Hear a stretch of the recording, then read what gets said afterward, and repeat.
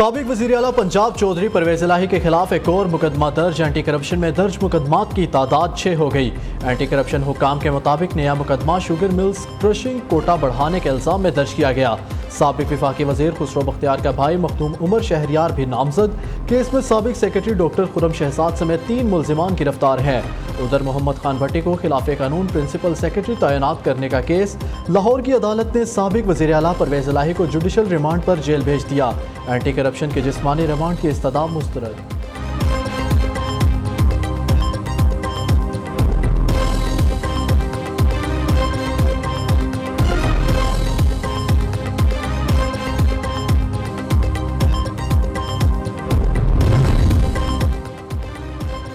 کراچی میں custom intelligence, Sindh rangers اور police کی سمگلرز کے خلاف مشترکہ کارروائی۔ بڑی تعداد میں سمگل شدہ سامان برآمد کر لیا گیا۔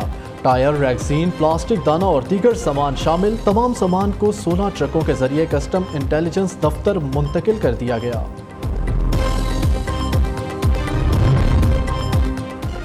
بجلی صارفین پر پھر سے بجلی گرائے جانے کی تیاری۔ فی یونٹ قیمت میں ₹1.83 اضافے کا امکان۔ سی پی پی اے نے اگست کے ماہانہ فیول پرائس ایڈجسٹمنٹ قیمت میں درخواست دائر کر دی۔ نیپرا اتھارٹی 27 سپتمبر کو سماعت کرے گی۔ نگران وزیر اعظم انوار الحق کاکڑ دورہ امریکہ۔ اقوام متحدہ جنرل اسمبلی اجلاس کے موقع پر ایرانی صدر سید ابراہیم رئیسی سے ملاقات۔ دونوں رہنماؤں کے درمیان 2 طرفہ تعلقات، علاقائی صورتحال پر تبادلہ خیال۔ انوار الحق کاکڑ کہتے ہیں پاکستان ایران کے ساتھ اپنے برادرانہ تعلقات کو مزید وسعت دینا چاہتا ہے۔ دونوں ملکوں کو اپنے جغرافیائی محل وقوع کا فائدہ اٹھانا چاہیے۔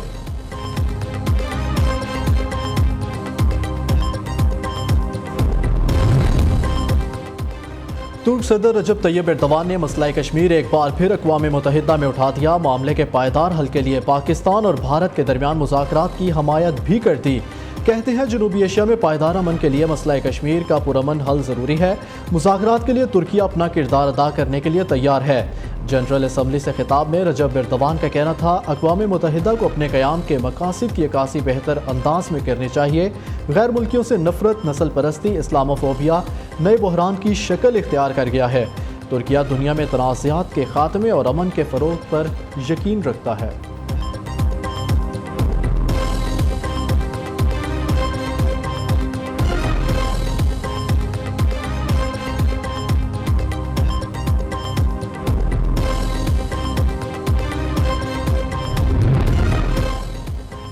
یوکرین کی جنگ غیر قانونی ہے۔ روس یوکرین کے معاملے میں تنہا ہے۔ امریکی صدر جو بائیڈن کا کہنا ہے عالمی تنازعات سے تقریباً 1 بلین آبادی متاثر ہو رہی ہے۔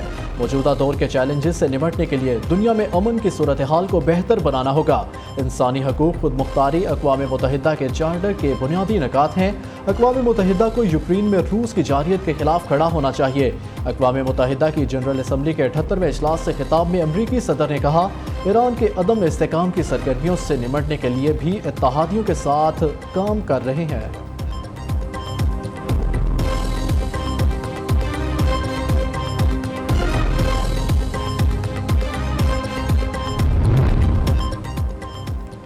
اقوام متحدہ کے منشور پر مکمل عمل درآمد ہی پائیدار امن ممکن ہے۔ ہمیں عالمی امن کو درپیش چیلنجز کا کثیر الجہتی حل تلاش کرنا ہوگا۔ اقوام متحدہ کے سیکرٹری جنرل انطونیو گوتریس کا اقوام متحدہ کی جنرل اسمبلی کے اجلاس سے خطاب۔ کہا ہمیں ماضی کی بڑی جنگوں اور غلطیوں سے سبق سیکھنا ہوگا۔ مقبوضہ فلسطینی علاقوں میں رہائش پذیر عوام امن چاہتے ہیں۔ فلسطین اسرائیل تنازع کا حل 2 ملکی حل کے ذریعے ہی ممکن ہوگا۔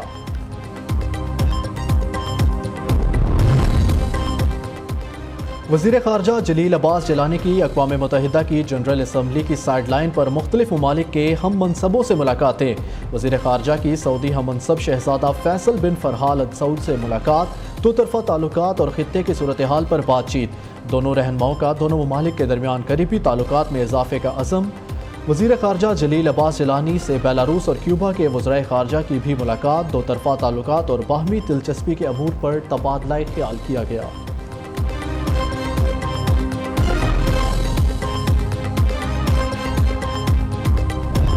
جہاں تک لیول پلینگ فیلڈ کے حوالے سے پاکستان پیپلز پارٹی کے نمائندے کے اعتراضات ہیں، اس پہ ہم نے صدر زرداری صاحب کو یہ اختیار دیے ہیں کہ ہمارے اعتراضات کو دور کیا جائے۔ تو میں سمجھتا ہوں کہ اگر یہ اختیار دیا گیا ہے تو پھر مناسب نہیں ہے کہ میں پھر آپ کے سامنے ہر دن وہ شکایتیں. لیول پلینگ فیلڈ کا مسئلہ نون لیگ سے ہے. بلاول بھٹو کا کھل کر اظہار. لیول پلینگ فیلڈ کی صورتحال سب کو نظر آ رہی ہے. آصف زرداری کو لیول پلینگ فیلڈ کی شکایات حل کرنے کا اختیار دیا ہے. نواز شریف کی وطن واپسی کا خیر مقدم کرتے ہیں. ہم اپنے کیسز کا سامنا کر رہے ہیں. امید ہے میاں صاحب بھی اپنے کیسز کا سامنا کریں گے. چیئرمین پیپلز پارٹی کا الیکشن کمیشن سے ایک بار پھر انتخابی شیڈیول جاری کرنے کا مطالبہ. سپریم کورٹ کی براہ راست کارروائی کو اچھا اقدام قرار دے دیا. سابق وزرائے خارجہ لاہور میں 7 روز قیام کے بعد واپس کراچی پہنچ گئے.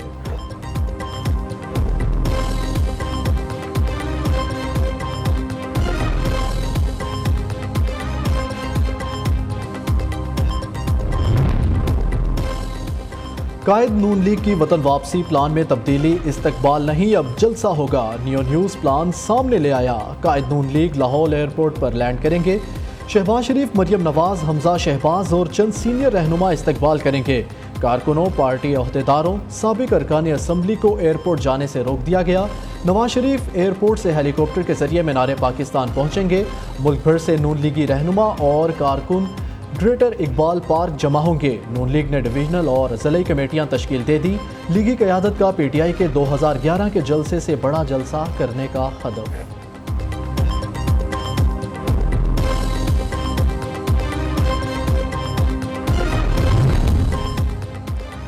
نواز شریف کے خلاف سازش کرنے والا ہر کردار اپنے انجام کو پہنچ گیا. ہر بار یہ کہا گیا نواز شریف کی سیاست اور پارٹی ختم ہو گئی. وہ عمر بھر کے لیے نااہل اور سیاست میں غیر ضروری ہو گئے. مگر نواز شریف تمام بحرانوں میں مرد بحران ٹھہرے.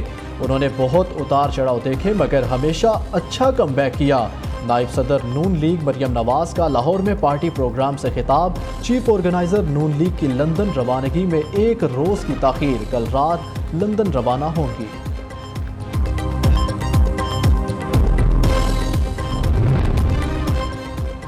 الیکشن کمیشن کا انتخابات سے متعلق غیر یقینی صورتحال کے خاتمے کے لیے اہم فیصلہ. قبل از وقت شیڈیول جاری کرنے پر غور. الیکشن کمیشن کی طرف سے عام انتخابات کا شیڈیول رواں ماہ جاری ہونے کا امکان.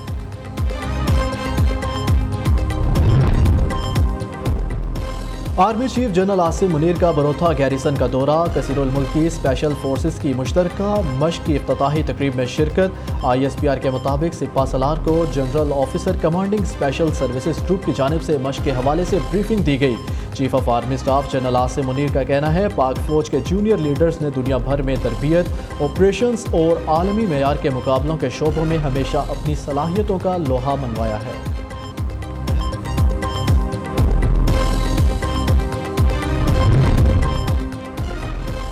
نگران وزیر اعلیٰ پنجاب محسن نقوی کا ننشیا میں مصروف ترین دن. صبح 9 سے رات 10 بجے تک مختلف تقریبات میں شرکت. ننشیا کے پارٹی سیکرٹری اور وائس گورنر سے ملاقاتیں کی.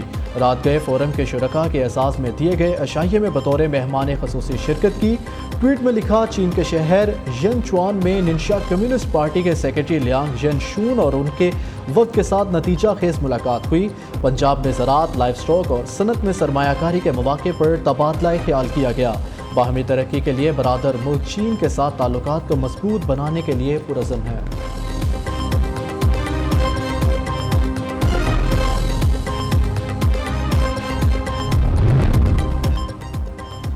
پشاور میں جماعت اسلامی کا بڑھتی مہنگائی، پیٹرولیم مصنوعات اور بجلی کے نرخوں میں اضافے کے خلاف دھرنے کا دوسرا دن.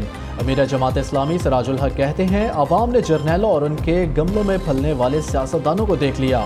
غلام قیادت پھر بھی آ گئی تو ملک ترقی نہیں کر سکے گا. موجودہ اور سابقہ حکومتیں آئی ایم ایف کے مفادات کی نگرانی پر مامور ہیں. احتجاجی تحریک اب نہیں رکے گی. دھرنے کے تیسرے روز آئندہ کا لاہ عمل دوں گا.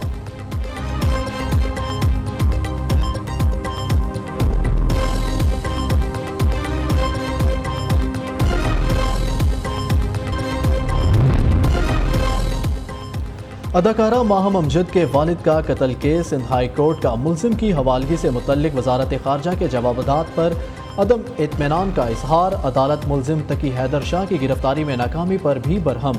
وزارت خارجہ کے ایڈیشنل سیکرٹری کو رپورٹ کے ساتھ ذاتی حیثیت میں پیش ہونے کا حکم.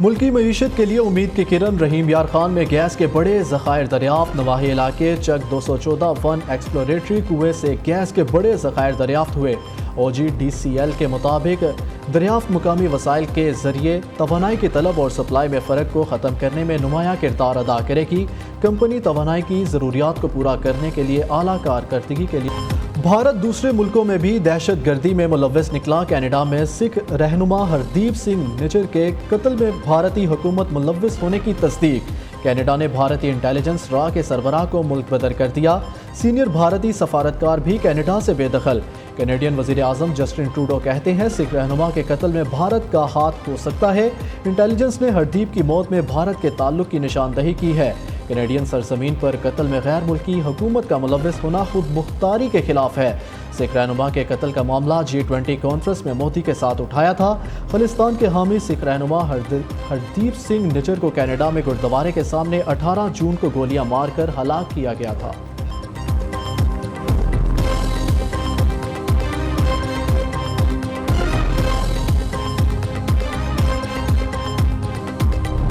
فاسٹ بولر شاہین شاہ افریدی اپنی دلہنیاں لے گئے سابق کپتان شاہد افریدی کی صاحبزادی انشا افریدی کی تقریب رخصتی DHA کے نجی بینکویٹ ہال میں ہوئی سفید کپڑوں اور کریم کلر کی شیروانی میں ملبوس دلہا شاہین افریدی عزیز و اقارب کے ہمراہ بارات لے کر پہنچے تو شاہد افریدی نے ان کا استقبال کیا تقریب میں قومی ٹیم کے کپتان بابر اعظم سابق ٹیسٹ کپتان مصباح الحق سعید انور سمیت دیگر کرکٹرز شوبز شخصیات سیاستدان غیر ملکی سفارتکار اعلیٰ سے عسکری اور سول حکام اور مختلف شعبہ زندگی سے تعلق رکھنے والے افراد کی بھی شرکت بابر اعظم کی تقریب میں شرکت اور گرم جوشی کے ساتھ دلہے کو گلے لگا کر ملنے سے سوشل میڈیا پر چلنے والی تمام افواہوں کی نفی ہو گئی قومی کرکٹر کی تقریب ولیمہ جمعرات کو اسلام آباد میں ہوگی